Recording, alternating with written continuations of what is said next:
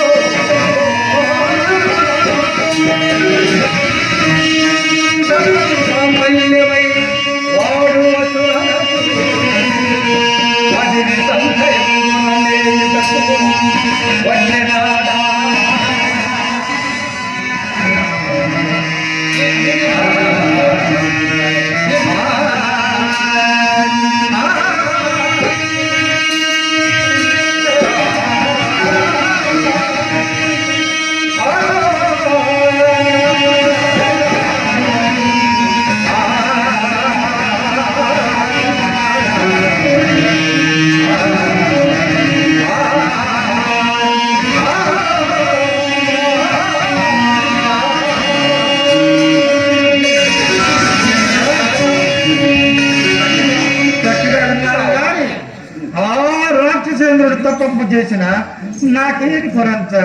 ఏ కొరంత లేదు. అవును, నేనైనా తలంచినావేమో.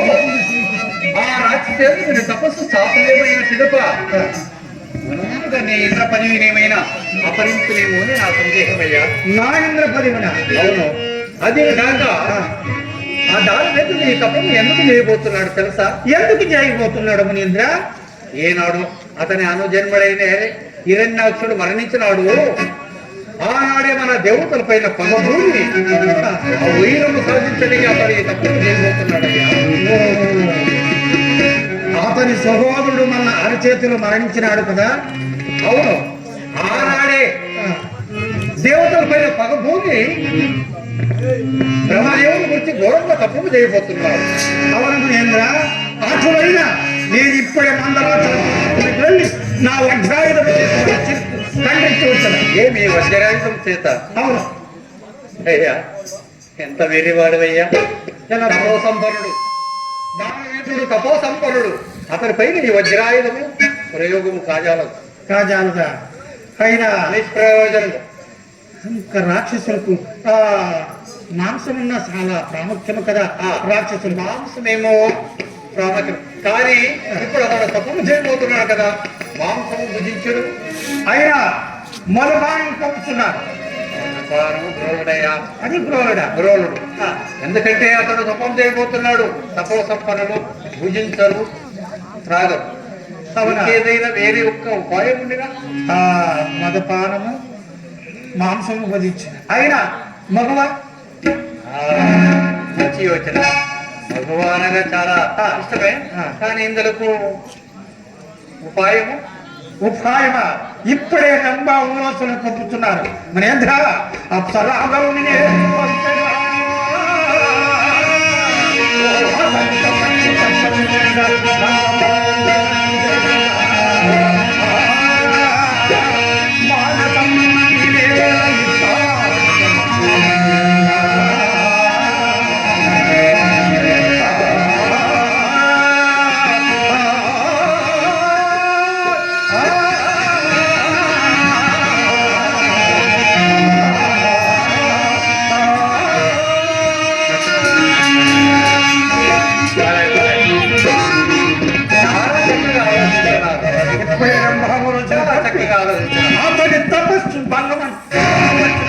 నిజమే.